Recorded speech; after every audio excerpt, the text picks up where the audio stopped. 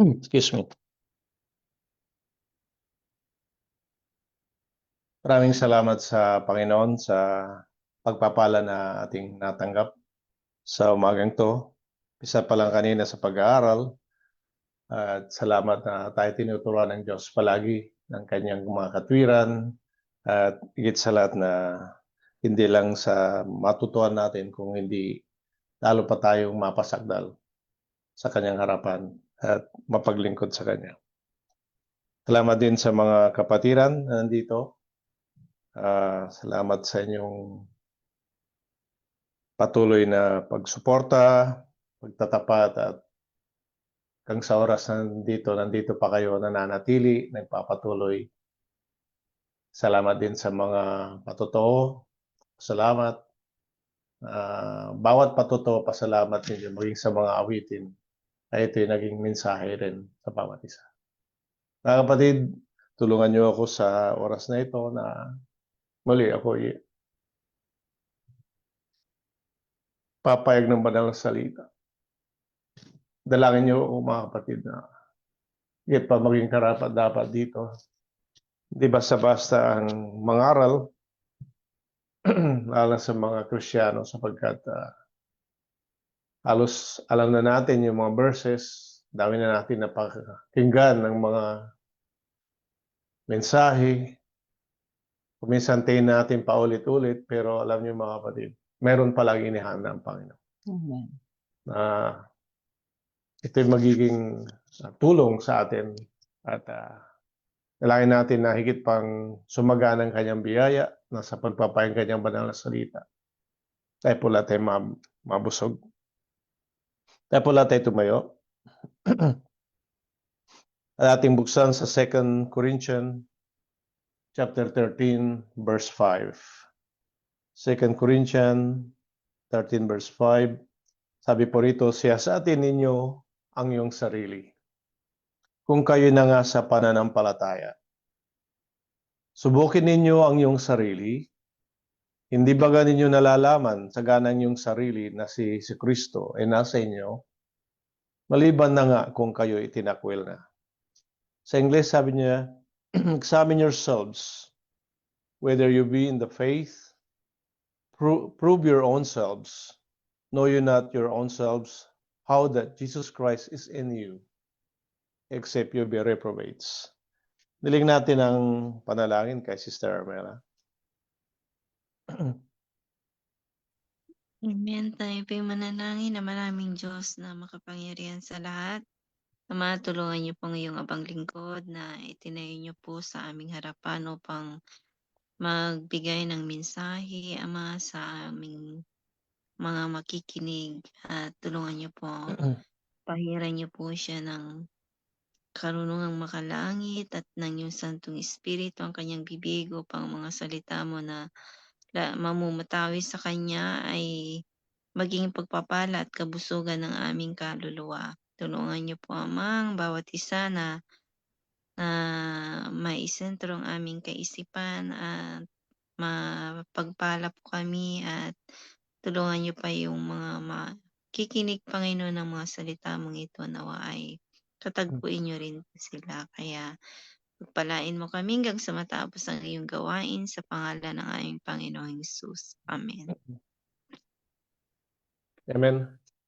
At ang pamagat ng pag-aaral natin ay pinamagatang spiritual self-examination. Sa Tagalog, yung pagsusuri sa sariling spiritual. Kanina, ang ganda yung pinag-aralan natin, yung judge not, sabi niya, no? Huwag tayo maghatol.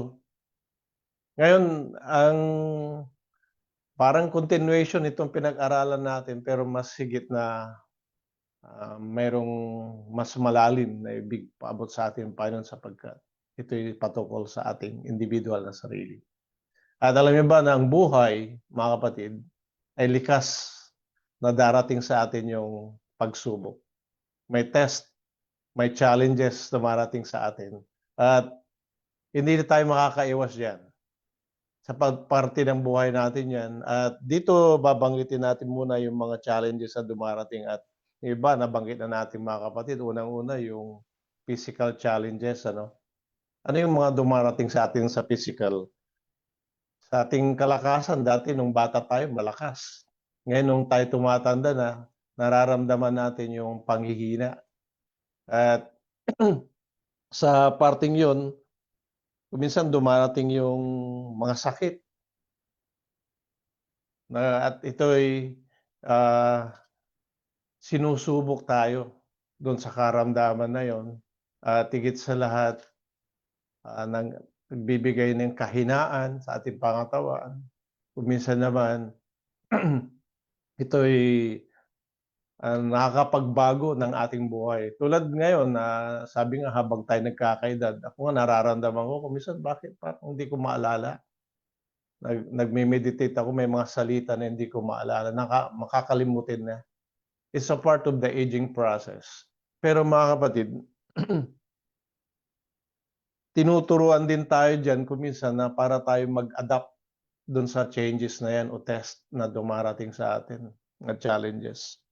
Minsan yung may mga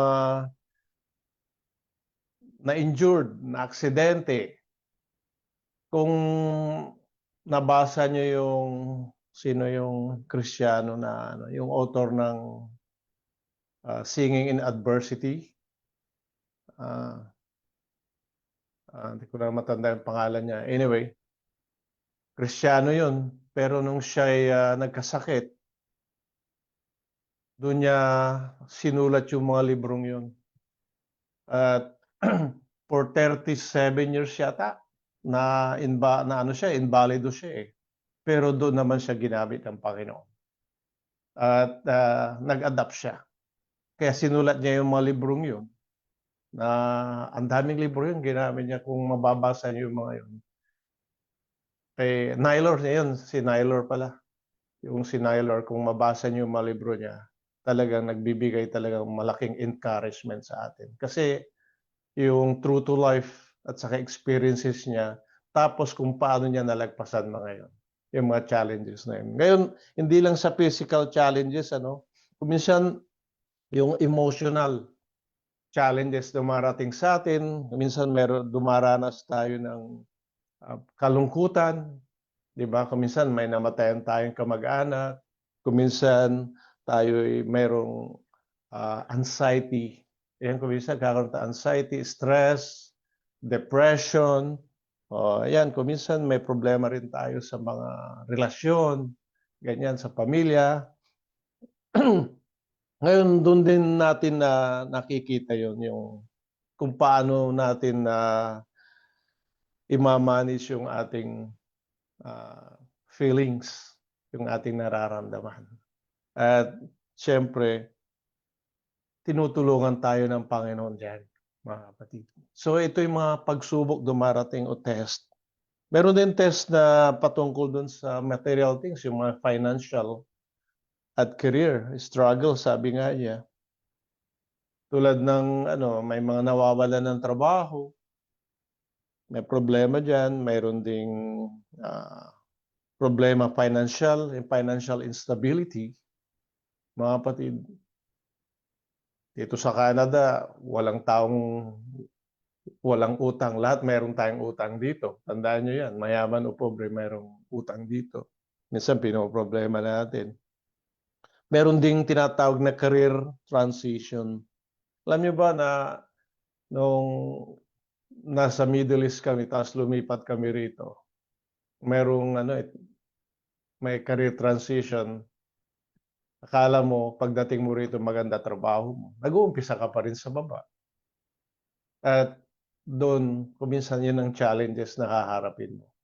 At sabi mo, ang ganda ng trabaho ko doon, ba't pa ako nagpunta rito? So, pero alam mo, ang Panginoon, tinuturoan tayo doon na lalo tayo higit na mag-decision ng wisely. Lalo tayong magkaroon ng management and adaptability, lalo sa mga parting yan. At isa pa, mayroon din tayong tinatawag na major life changes. At ito yung patungkol doon sa mga pagbabago bigla ng sitwasyon tulad nung mga single biglang nag-aasawa, so may sa marriage. Iba naman, biglang nagkaroon ng anak, parenthood, may pagbabago rin diyan. At yung iba naman, yung tulad namin malapit na kami mag-retire, retirement.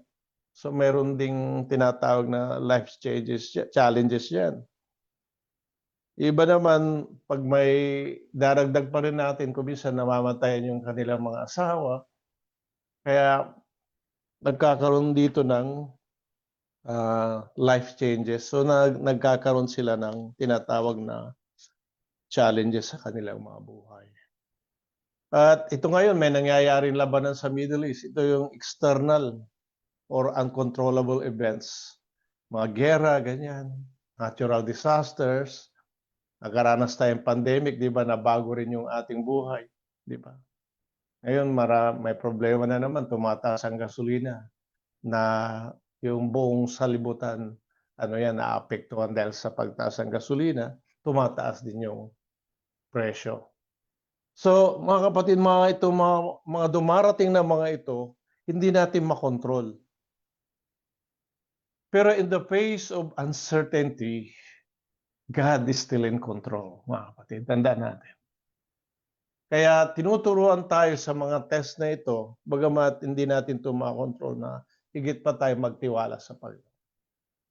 At isang pinakamahalaga na ito'y pag-aaralan naman natin yung spiritual test and challenges. Ngayon, mga kapatid, dito tayo focus sapagkat, ito'y napakahalaga at ito'y tinutukoy individually, hindi collective too. Bagamat ito'y para sa lahat ng mga Kristiyano at sa lahat ng tao actually,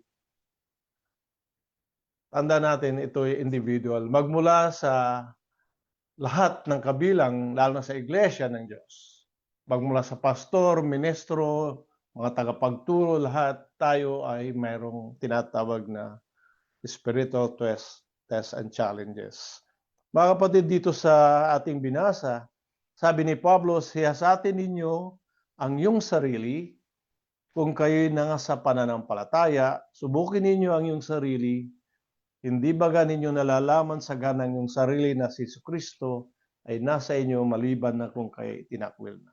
Ngayon sinasabi niya rito sa mga Kristiyano, sa mga taga-Korento, sapagkat mga kapatid, kung babasahin mo yung whole verse ng chapter 2 Corinthians chapter 13, maumpisa mo sa verse 1 hanggang 10, tinutukoy dito yung mga taga-Corinthians.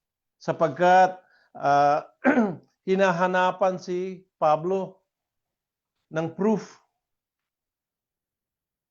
Kasi magaganda yung mga sulat niya, pero si Pablo mayroong kahinaan ang kanyang pangatawan, magkakaedad na, ganyan. Kaya dito sa verse 3, ang sabi niya, kung babasahin natin dito,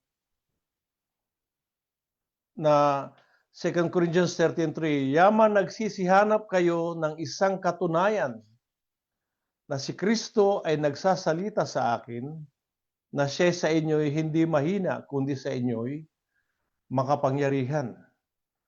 Tapos sabi niya, sapagkat siya'y ipinako sa krus, dahil sa kahinaan, gayon may nabubuhay siya dahil sa kapangyarihan ng Diyos, sapagkat kami naman ay sa Kanya'y mahihina, ngunit kami mabubuhay na kasama niya sa kapangyarihan ng Diyos sa inyo. Ngayon, kung titingnan natin, nagdududa yung mga taga-Korinto. Mga Kristiyano ito, no? Nagdududa kay Pablo. Ngunit kung titingnan natin yung karanasan nila, sila'y naligtas dahil sa pangangaral ni Pablo. Ngunit sabi niya ni Pablo sa kanila, siyasatin ninyo ang iyong sarili kung kayo na nga sa pananampalataya. Dito tayo mag-uumpisa, no? Na sa ito'y ilagay natin sa mas malawak na hindi lang sa mga taga-Korinto, kundi sa lahat tayong bilang mga Kristiyano. Ngunit umpisan natin, in generally, sa lahat ng tao, na dapat lahat ng tao ay kailangan siyasatin nila ang kanilang sarili kung sila nga ay nasa pananampalataya. Alam niyo kung bakit? Maraming tao ang mayroong religion. Maraming taong pumapasok sa iba't ibang church. Kaya ito yung sabi ni Pablo, examine yourselves. Bakit kailangan examine sarili? Kasi dito rin sabi niya, kailangan examine, siyasatin o suriin na ang bawat sarili kung siya nga ay nasa tunay na pananampalataya. At ang pananampalataya yun ay sa ating Panginoon. Amen, mga kapatid? Ito ang tinutukoy niya, yung Christian faith. Kasi maraming nagpo-profess as a Christian. Ayan, profession. So mayroong dalawang klase tinutukoy dito, yung professing Christian at saka true Christians. Anong pagkakaiba? Pagkakaiba sa religion. Ano yung religion? Mayroong tinatawag na test of Christianity. Mayroong religious at may mga spiritual na Christian. Being religious, papasok ka sa simbahan. Amen? Every Sunday, makikinig ka. Susundin mo lahat yung turo ng simbahan na pinapasukan mo. At natapos na yung duty mo, uwi ka. That's being religious. Pag Semana Santa, ginagawa mo lahat yung ginagawa. Lahat sinusunod mo. That's being religious. But, yung isang Kristiyano naman ay spiritual. Ito ay mas mahalaga sapagkat yung spiritual, maminamalatid, na sinasabi rito, pag ikaw ay spiritual, mayroong tinatawag na inner relationship with God. It's about your spirit, yung kaluluwa mo. It's about your personal relationship with God. Mayroong tinatawag na transformation of the heart. Kaya tinawag na spiritual. We have to be born in the spirit. Kailangan may panganak ka na muli. Kailangan na ikaw ay maligtas mula sa kasalanan. There's a proof of salvation. May life transformation. A born-again experience na tinatawag. And we're led by the Spirit of God. At ang panuntunan mo yung salita ng Diyos. And you're saved to do good works.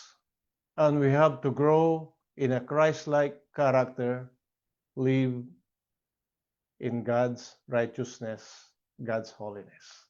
That's spiritual. Doon sa religious, magsisimba ka lang. Pero walang nangyayari sapagkat pagkalabas mo ng simbahan, balik ka uli sa ginagawa mong kasalanan at bisyo.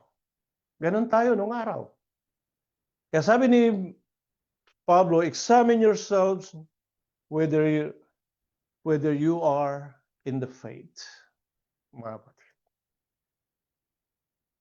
Bilang Kristiyano. Hindi na natin kailangan yung proof of salvation. Kasi hindi ka pwede maging Kristiyano, tunay na Kristiyano, kung hindi mo naranasan na maligtas. Amen, mga kapatid? Hindi ka mapapabilang sa kanyang spiritual church, which is the church of God, na binili ng kanyang sariling dugo, kung hindi mo naranasan na maligtas. Hindi ka mapapabilang sa iglesia ng Panginoon kung hindi ka naipanganak doon sa kanyang kaharian. Amen? We're born above. We're born in the Spirit. Napakaliwanag yan na pinag-aaral natin. Doctrine na yan. But it's not only a doctrine. It's an experience. Karanasan natin yan, mga kapatid. Kaya sa karya ng Diyos, nandyan yung tinatawag na experiential faith o experience. May karanasan. Amen? At sabi rito, meron dapat tayo ng willingness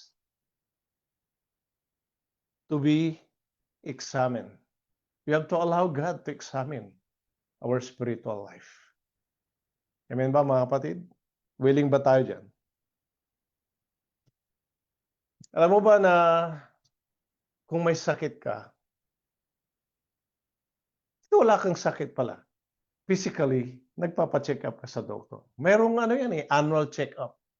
Sa ngipin, mayroong quarterly or every twice a year, magpapacheck up ka sa dentist. Annually, meron ka rin check-up sa doktor din. At merong blood works, titignan yung x-ray, titignan yung mga ECG. Ngayon, idinideclare ng doktor yun pagkatapos ng resulta na ikaw ay healthy o meron kang karamdaman. Napakaliwanag yun sapagkat yung resulta ay hindi nagsisinungaling. Kung ano yung kinuha sa yung specimen, lalabas yung resulta at malalaman kung meron kang sakit o wala. Mga kapatid, sa spiritual, ganun din. And we should be willing to allow God to examine ourselves. And paano? Kanina napahapyawan ito eh. Dito sa Hebrew chapter 4, verse 12 and 13. Anong sabi rito? Sapagkat ang salita ng Diyos ay buhay at mabisa at matalas kaysa alinmang tabak na may dalawang talim at bumabaon hanggang sa paghihiwalay ng kaluluwa at spirito, ng makasukasuhan at utak at madaling kumilala ng mga pag-iisip at mahaka ng puso at walang anuman nilalang na hindi nahayag sa kanyang paningin. Ngunit ang lahat ng mga bagay ay hubad at hayag sa harapan ng mga mata ng ating pagsusulitan. Word of God is living and powerful. Yun ang gagamitin ng Panginoon. Kaya kita mo sa pag-aaral natin salita ng Diyos, nakikita natin yung ating sarili. So, ginagamit ang salita ng Diyos para i-diagnose ating spiritual condition, lalo ang ating puso. Diba? Na tulad na banggit kanina, kailangan mo ang cardiologist para i-diagnose yung puso mo physically. Kailangan mo yung cardiologist. Ngayon,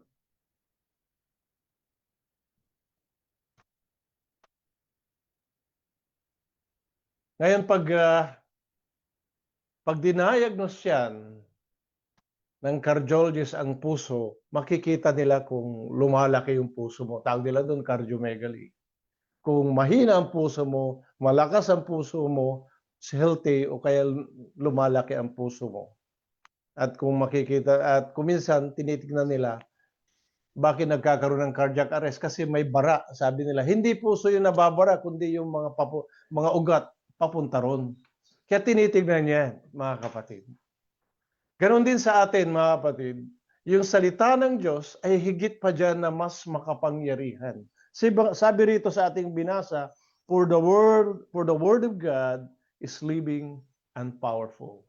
Buhay yan. At pag binuksan ng puso ng isang tao sa surgery, nakikita nila lahat yun. Masigit na makapangyarihan dyan ang salita ng Diyos, mga kapatid. Sapagkat hindi lang yung physical na puso, kundi yung spiritual na puso. Amen, mga kapatid? Kaya sabi nga, ang ating Panginoon ay dakilang manggagamot sapagkat nakikita niya lahat yung atin. Ang Diyos ay mayroong kapangyarihan. Sabi niya, mayroon siyang nalalaman niya lahat yung ating iniisip, maging ang haka ng ating puso. Sabi sa Ingles, the discerner of thoughts and intents of the heart. And Word of God, ito yan, nakikita niya lahat. Di ba nung tayo unang nakapakinig ng salita ng Diyos? Paano natin nakita ating sarili? Sa pamagitan ng kanyang banal na salita. Nakita natin tayo pala'y makasalanan sa kanyang harapan. Nung tayo naligtas, nalaman natin na pala tayo ay ligtas na sa kasalan. Sapagkat mayroong kakitaan. May katibayan na tayo ay nakakasunod na sa Panginoon, nakapabuhay ayon sa kanyang katwiran, at pag binuksan ng Panginoon ang ating mga puso ayon sa kanyang banal na salita, ipinapakita niya sa atin ang ating pangangailangan. Amen? Pinapakita sa atin yung ating mga kahinaan pa. Ipinapakita sa atin, mga kapatid, kung mayroong maliit na kasalanan. Kung mayroong mga karnalidad, ipinapakita maging mga unbelief na nandyan. At ipinapakita rin, mga kapatid, kung tayo ay malusog. Pinapakita yung ating spiritual standing. Amen? Di ba napakaganda? Alam mo ba sa material application, hindi ka nila bibigyan ng lisensya mag-drive hanggang di mo na ipapasa. Sa school, bakit tinuturuan yung may estudyante tapos sa finals may exam, kailan pumasa ka? Ganon din dito sa abroad. Paano, hindi ka pwedeng mag-work ng isang trabaho kung wala kang license. Amen? Kung meron license, kailangan ipasa mo yung board exam. Kaya nga, kailangan i-challenge mo, sabi nila eh. That's a test. So lahat, may challenge, may test. Mga kapatid, sa spiritual, is more than that, sapagkat ito'y para sa lahat. At ang Panginoon, sa pamagitan kanyang banal na salita, doon niya tayo tinitest. At ang Espiritu Santo ang tumutulong, mga kapatid, amen, para makita natin yung ating sarili. Amen. Nangungusap yan eh. May conviction. Nagbibigay ng conviction ng Holy Spirit at nagbibigay ng enlightenment. Nagbibigay ng kaliwanagan at tumutulong sa ating mga kahinaan. Siya rin ang nagpapaunawa na maunawa natin yung kanyang mambanal na salita na maging maliwanag sa ating pandinig. Amen? At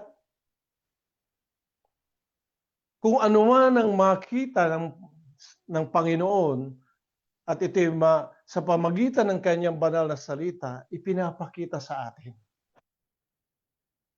Kaya sabi ko kanina, ang doktor sa physically ipapakita niya kung saan yung karamdaman, kung may sakit ka o hindi. Higit pa ang ating Panginoon, mga kapatid. Sapagkat yung doktor sa physical, hindi niya madiagnose yung ating spiritual na problema. Pero ang ating Panginoon ay higit pa dyan. Sapagkat nadadiagnose niya ang lahat.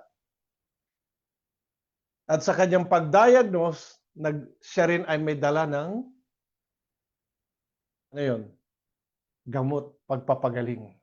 Kaya napakabuti ng Panginoon. Di ba mga kapatid, na kaya tayo umaatin sa church, na dito na tututuhan natin ang mga aral ng Panginoon. At dito tayo kinakatagpo, kinakausap ng Espiritu Santo. Upang higit na ibuhos ang biyaya sa atin. Upang higit tayong palakasin. Mga kapatid, yung kanyang salita ang siyang nag-judge sa atin. Amen, mga kapatid? Ito, karagdagan doon sa pag-aaral natin kanina. Siya ang nag-judge sa atin kung saan tayo. At siya rin ang nag-judge sa atin upang makita natin ang higit na kabutihan ng Panginoon at kagandahan ng kanyang kalooban. Sapagkat yung salita ng Diyos may kapangyarihan, nagbibigay kaliwanagan, kaalaman, at karunungan, mga kapatid. Higit sa lahat, alam niyo ba, na number one yung salita ng Diyos ay naghuhugas, naglilinis. Kaya, sabi ng Panginoong Jesucristo sa mga apostol, kayo'y malilinis, kayo'y nahugasan na. Amen, mga kapatid, na mismo ang Panginoon ang siya nagsabi. Hanggang sa ngayon siya nakakaalam kung sino ang mga malinis at sino ang nahugasan na. Tandaan niyo, mga kapatid, na napakabuti ng Panginoon. At nung ako'y ginagawa ko ito at minimeditate ko, talagang yung conviction sapagkat may mga kakulangan pa tayo, may mga kahinaan, may mga dapat pa tayong gawin at iyon ang sinasabi ng Panginoon sa atin. Dito sa sinabi pa ni Pablo, sabi niya, sabi niya, siyasatin ninyo ang sarili kung kayo nga'y nasa pananampalataya. Tulad na banggit natin, ang tinutukoy na pananampalataya ay pananampalataya sa ating Panginoon. Na ito na tinanggap natin bilang Panginoon at tagapagligtas, tinanggap natin ang kanyang biyaya. Ngayon bakit kinakailangan sabihin pa rito ni Pablo na siyasatin ninyo ang iyong sarili kung kayo nasa pananampalataya? Alam niyo ba na dumarating mga kapatid ang tinatawag na self-deception? The danger of self-deception. Kung minsan yung ating sarili sa ating palagay ay talagang sa loob ng iglesia ay umaattend, tayo'y dumadalo sa prayer meetings lahat. Pero kung minsan mayroon pa ring mga bagay na hindi natin alam o binabaliwala natin na nasa atin, mga kapatid. Alam niyo kung bakit? May mga bagay na ginagawa ang kalaban o diablo na pang-deceive sa atin. At kung minsan, tayo ay nakakalapit doon. Alam mo yung maliit na deception na makapasok sa atin, malaking bagay ang siyang magbibigay ng epekto sa ating buhay spiritual. Kaya hindi natin hinuhusgan ang bawat isa kung hindi sa ating sariling karanasan. Tingnan nyo na lang mga kapatid. Tayo tinawag upang tayo gumawa ng mabuting gawa. Kaya merong tinatawag na ano dyan sin of commission and sin of omission. Alam mo mabuti at hindi mo ginawa, that is sin of omission. Yung commission is about our commitment or about yung alam mo na masama pero ginagawa mo pa rin. So, dito tayo kuminsan may mga maliliit na bagay na nagagawa. Is dapat nating i-examine yung ating sarili kung tayo nga'y malaya dito sa mga bagay na ito. At yung deception din, yung sa ating mga kaisipan. When we fill our mind with the worldly things. Kuminsan ito nag-occupy sa ating kaisipan. Kuminsan hindi natin maiwasan na isipin ito. Kuminsan nagbibigay impluwensya yung ating mga pinapanood o mga binabasa. Kaya kuminsan tayo mag-iingat doon mga kapatid. That's why sabi niya, you have to fill your mind with spiritual things. Yun, may mga worldly distraction. Kuminsan, yung nangyayari sa labas, nadidistract tayo dyan. Mga kapatid, walang problema pasahin yan. Hindi naman sinasabi kasalanan. Ngunit kuminsan ito'y diyan tayo nadidistract at doon na tayo nakapokus. Masama na tayo makinig ng mga news kung ano nangyayari. Para naman tayo ma-update. Pero hindi naman tayo ma-distract. So ay tayo mag-iingat. Kailangan i-focus natin, sabi nga, ang ating mga kaisipan sa mga bagay na hindi nakikita. We have to set aside, mga kapatid, yung oras natin. Time for Bible reading and meditation. Napakahalaga yan. At syempre, yung tinatawag na prayerful life. Kailangan yan. May oras tayo dyan palagi. Git sa lahat mga kapatid na dito sinutukoy din na kailangan na we have to reflect the Lord's example in our life. Ito isang bagay na kung tayo nasa pananampalataya na makita ang ating Panginoon sa ating buhay. Paano tayo tinuturuan ng Panginoon dun sa Sermon on the Mount? That's the greatest sermon na sulat sa Biblia hanggang sa ngayon. Pagkatapos ng Sermon on the Mount, ito yung pinag-aralan natin kanina. Dahil ibig niyang makita sa atin na ang halimbawa na iniwanan niya ay ating tularan At higit sa lahat mga kapatid,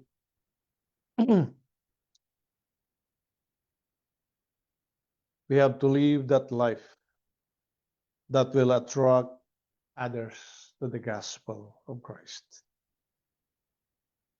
Alam mo, ang pananampalataya sa Panginoon, tayo'y lubos na nagtitiwala sa Panginoon. Na ang Panginoon, bagamat nakikita niya yung ating dinaranas sa oras na ito. Narinig natin yung mga patuto ng ating mga kapatid. Mga naranasan nila hanggang ngayon may mga kinakarap pa rin tayo. Hindi naman natin lahat sinasabi kung ano yung kinakarap natin. Ngunit mga kapatid, mas higit na nalalaman ng Panginoon yan. Kung minsan nag-worry tayo, it's just a normal, sabi nga sa tao yan.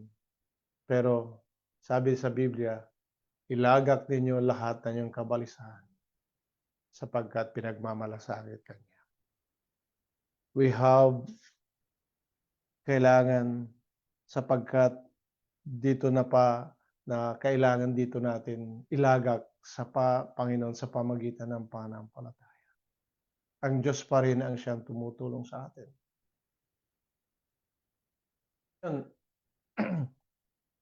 Sabi rito pa sa ating pilot verse, have to prove yourselves. You have to prove. Test yourself, sabi niya rito. Paano mo matetest ang iyong sarili? Physically, pwede mong itest yung sarili mo kung gaano kakalakas eh. Spiritually, pwede mo rin itest kung gaano kakalakas. At matetest mo lang yan pag may problema, may pagsubok, may tukso darating. Matetest mo yan. Matetest mo yung sarili mo sa paggawa ng mabuti. Matetest mo ang sarili mo sa paglilingkod sa Diyos. Kung gaano katapat. Matetest mo sarili mo kung paano mo ipinapamuhay yung ating na pag-aaral. This is an individual matter, mga kapatid. Ito'y pinapangaralan natin ating sarili. Wala tayong ginadjudge na bawat isa o sinasabihan. Kung hindi ito'y sinasabi rito ni Pablo, we have to test ourselves. Mga kapatid. We have to test ourselves, especially sa mga kapatiran. Sa ating relasyon sa mga kapatid. Paano natin sila mahalin, paano tayo mag-care, paano natin sila idalangin, paano natin tulungan ang bawat isa. Sa test. At tinetesin natin sarili kung gaano natin kamahal ang Panginoon. Alala niyo ba yung unang araw, that unforgettable day na tayo tumanggap sa Panginoon? Yung galak at sumasunod na araw, yung init ng pananampalataya, yung pag-ibig na darama natin sa Panginoon, kung paano tayo minahal, nasa ating puso na sabi, paglilingkuran kita, Panginoon, mamahalin kita. Pero mga kapatid, may mga kapatiran tayo ng hina. May mga kapatiran tayong lumayo. Bakit? Sapagkat napabayaan nila. Mga kapatid, kuminsan, sabi nga nila, may mga Kristiyano na umaattend sa church. Umaattend. Pero hindi ito nagiging, may tawag doon sa English eh. Umaattend pero kabisado na yung scriptures, halos alat mo na, para bang ano na lang, normal na lang.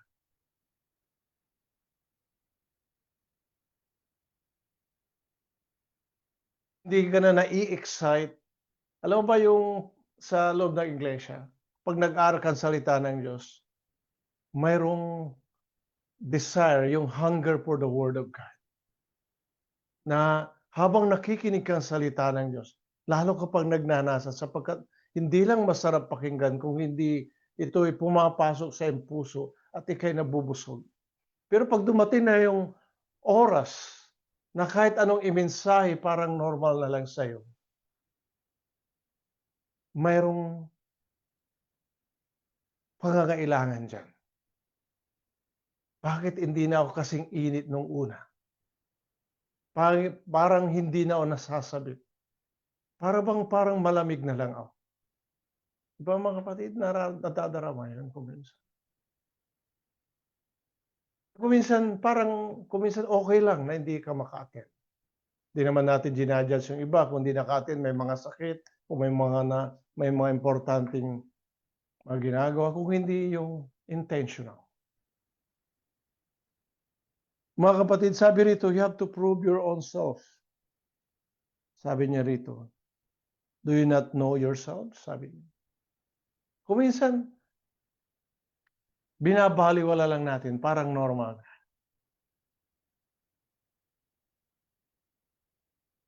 Kaya kung titignan natin at ibabalik natin yung mga bagay na yun na nakaraan, yung isipin natin yung sa tingin natin, pinakamasaya sa ating buhay spiritual, yung araw na yon, meron pa bang higit doon tayo naligtas? Mayroon pa mga kapatid, sapagkat as the days go by, mga kapatid, sa pagsisiyasat mo sa iyong sarili, pagsusuri mo, mayroon kang gustong masigit pang gawin, na higit ka pa lumago sa pananampalataya, higit ka pa maglilingkod, mayroong room for improvement. Mayroong lugar na higit ka pang mapasakdal, mga kapatid. Kaya nga pinapangaral yung second work of grace, yung sanctification, na kung paano yung kagalakan na tayo naligtas, mas lubos yung kagalakan natin kung tayo ay lubos na mapapabanal. Mga kapatid, sabi rito sa ating pilot verse, sabi niya, hindi ba ninyo nalalaman sa ganang yung sarili na si Jesucristo ay nasa inyo? Jesus Christ in you. Nung aking minimeditate ito, meron ako nabasa na yung ine-express nila yung kanilang may mga tao na ine-express nila ang kanilang pananampalataya, nagsusot sila ng mga cross. Yung literal, may mga kwintas sa cross, iba may mga ibang sinusuot diyan na masabi sila ay Kristiyano, mga kapatid. Ngunit sa tunay na Kristiyano, mga kapatid, ito ang sinasabi ni Pablo na nalalaman ninyo sa ganang yung sarili na si Jesucristo ay nasa inyo. Ngayon, halimbawa natin yung cross. Yung spiritual cross o yung cross ng Panginoon, yung simbolo ng cross na yon ay dapat nasa ating puso. Alam niyo mga kapatid, dahil ito ang binanggit ni Pablo rito, na sabi niya rito, sapagkat siya ipinako sa krus dahil sa kahinaan, gayon may nabubuhay siya dahil sa kapangyarihan ng Diyos, sapagkat kami naman ay sa Kanya mahihina. Ngunit kami mabubuhay na kasama niya sa kapangyarihan ng Diyos sa inyo. Ipinako ang Panginoon dahil sa ating mga kasalanan, mga kapatid. Dahil tayo mahihina. Yung ipinako sa krus, simbolo na siya rin ay mahina dahil naipako siya. Ngunit sabi rito, gayon may nabubuhay siya dahil sa kapangyarihan ng Diyos, mga kapatid. Sapagkat kami naman ay sa Kanya mahina, ngunit kami mabubuhay sa kasama ng sa kapangyarihan ng Diyos. Ilagay natin yung symbol, yung spiritual cross ng ating Panginoon sa ating puso. Dahil sa atin, ang Panginoon ay pinako sa krus.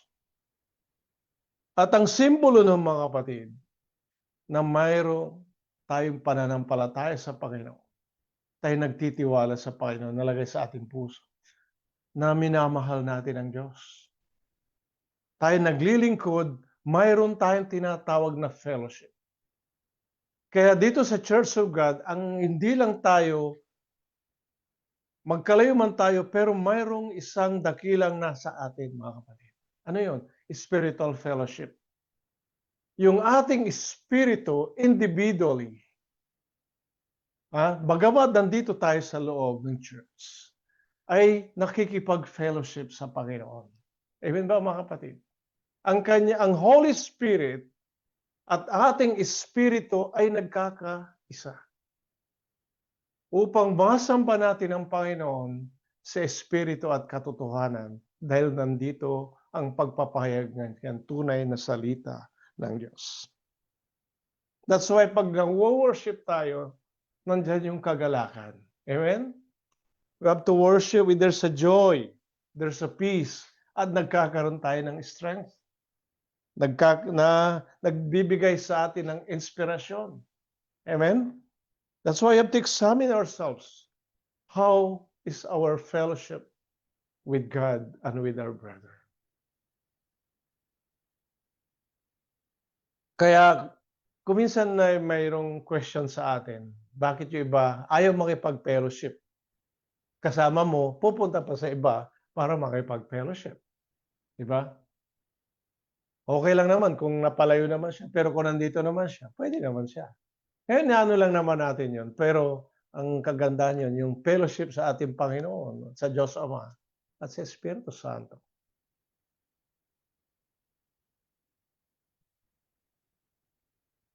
Kaya kung si Kristo ay nasa iyo, sabi nga, nandun yung pag-ibig. Amen? Nandun yung paglilingkod. Ano pa? Isang bagay na dapat makita natin. Kung fruit of the Spirit. Doon sa Galatians 5:22, sabi niya, but the fruit of the Spirit is love, joy, peace, long-suffering, gentleness, goodness, faith, meekness, temperance. Against such there's no law. Dapat ang bunga ng Espiritu ay pag-ibig, katuwaan, kapayapaan, pagpapahinod, kagandahan loob, kabutihan, pagtatapat. Kaamuan, pagpipigil laban sa magayong bagay ay walang kautusan. Kaya dito natin sinasaliksik yung ating sarili. Kung ito bang bunga ng Espiritu nasa atin at sumasagana.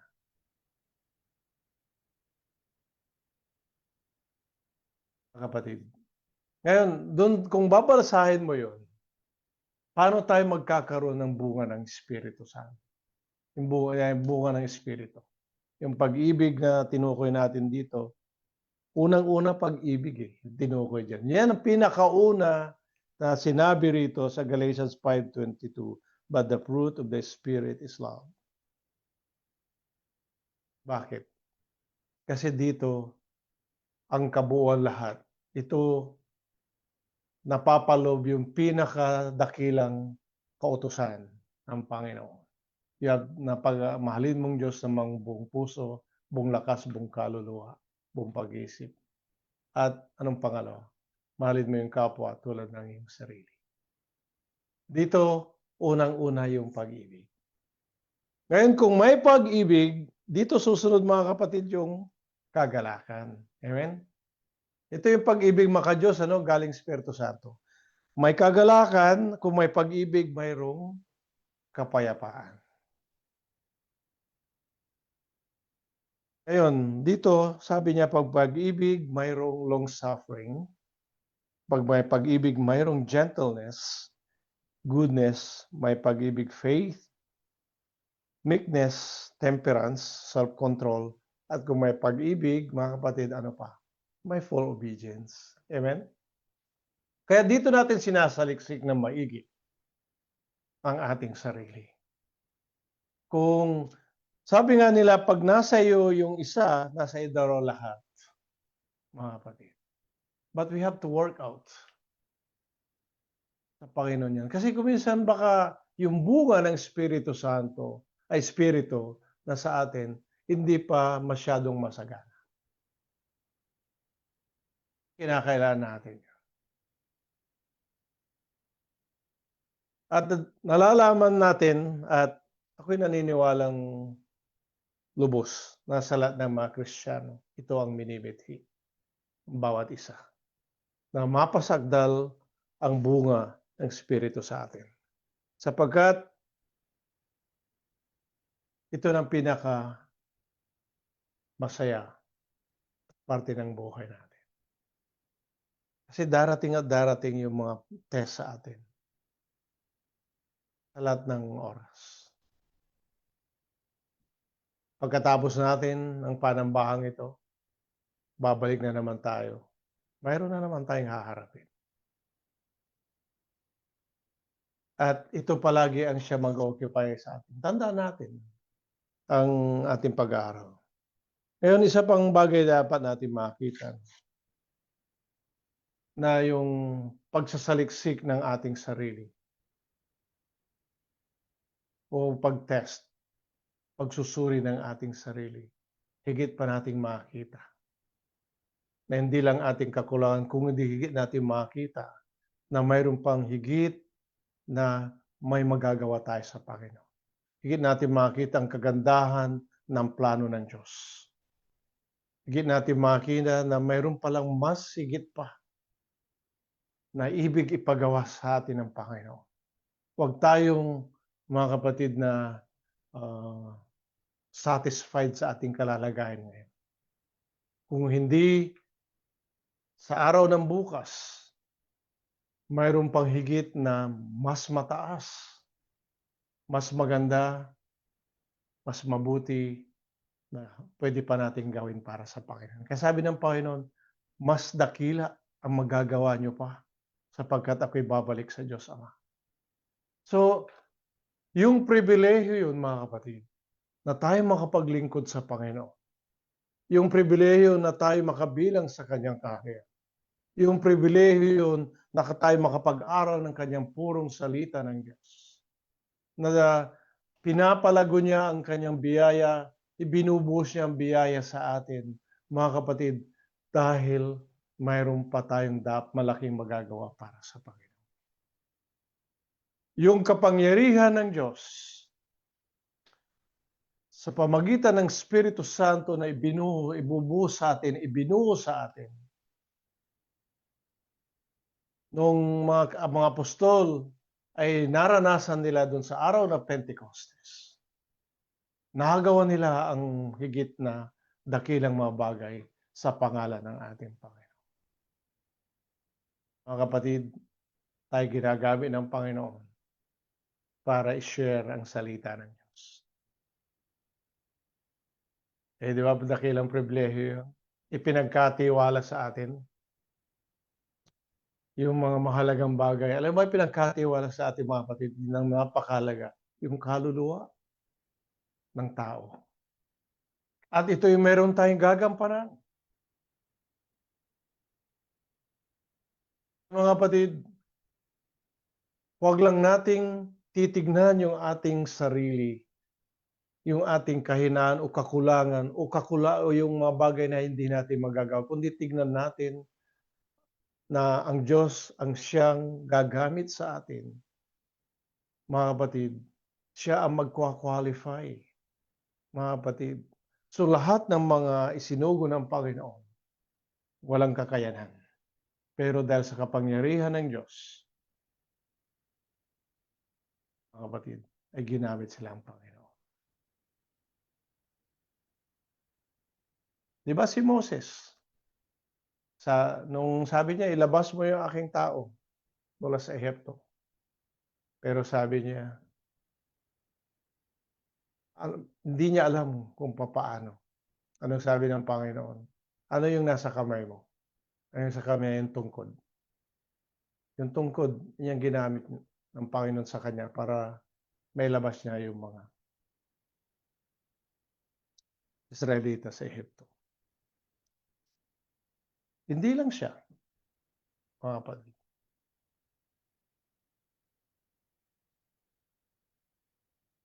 Isa pang napakahalaga, mga kapatid, na pag-isipan natin.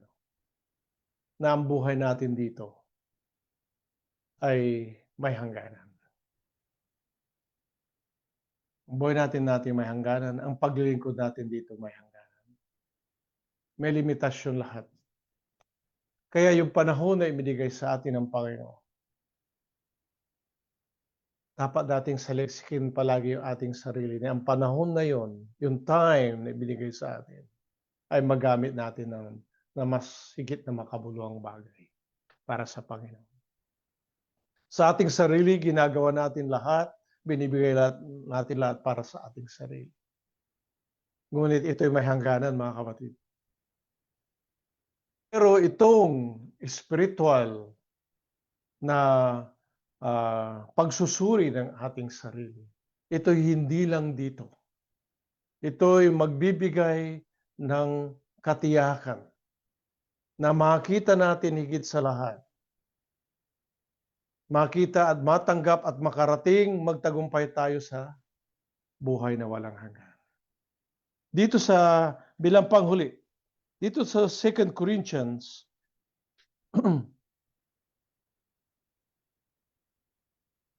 ito sa ating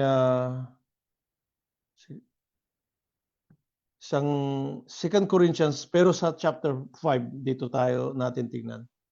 Dito sa 9:10, 2 Corinthians 9:10. Sabi rito, sapagkat ang amin namang pinagsisikapan, kaya't ang amin namang pinagsisikapan maging sa tahanan man o divan ay maging kalugod-lugod kami sa Kanya. Sapagkat tayong lahat ay kinakailang mahayag sa harapan ng hukuman ni Kristo upang tumanggap ang bawat isa ng mga bagay na ginawa sa pamagitan ng katawan ayon sa ginawa niya, maging mabuti o masama. Mga kapatid, kanina pinag-aralan natin yung sa judgment, pagja-judge. Dito kaya pinapasaliksik ng Panginoon ang ating sarili. Sapagkat dito sa lupa, mayroon pa tayong magagawa. Pwede pa nating ma-rectify, may restoration, pwede nating ma-improve, pwede pa nating maituwid ang mga bagay na kailangang ituwid. Pwede nating gawin yung mga bagay hindi natin nagawa. Marami pa tayong magagawa para sa Panginoon. Ngunit pagdating sa Judgment Day, mga kapatid, doon na tayo i-judge. Doon na tayo titimbangin, mga kapatid. At doon naman tayo malalantad sa judgment set ng ating Panginoong Hesukristo. Yung judgment bar. Siya ang judge. At tayo ihuhusgahan sa pamagitan ng kanyang banal na salita. Amen? Tandaan niyo mga kapatid, sa pamagitan ng kanyang banal na salita, doon tayo susukatin at huhusgahan.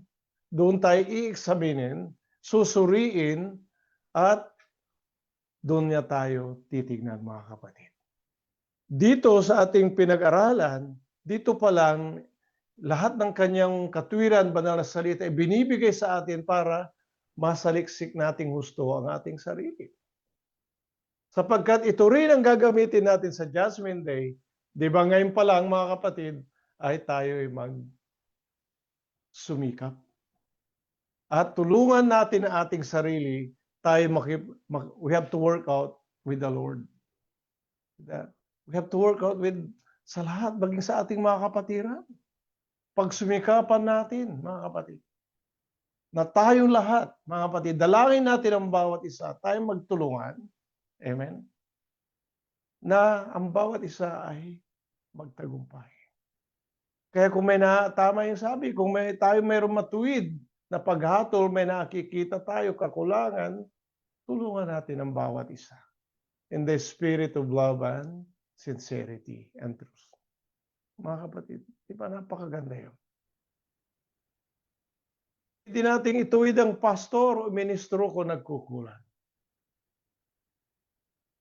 Mayroon dapat nating bawat isa magmula sa pastor hanggang sa baba niya. Mayroong humility na magpatuwid. Tayo'y pantay-pantay sa harapan ng Panginoon. Tayo lahat ay kinakailangan, sabi rito, mahayag sa harapan ng hukuman ni Kristo. upang tumanggap ang bawat isa ng mga bagay na ginawa sa pamamagitan ng katawan ayon sa ginawa niya. Gusto kong sabihin dito mga kapatid na tatanggap tayo sa Panginoon dahil gumawa tayo ng mabuti sa kanyang pangalan. Amen? Yun ang dapat natin.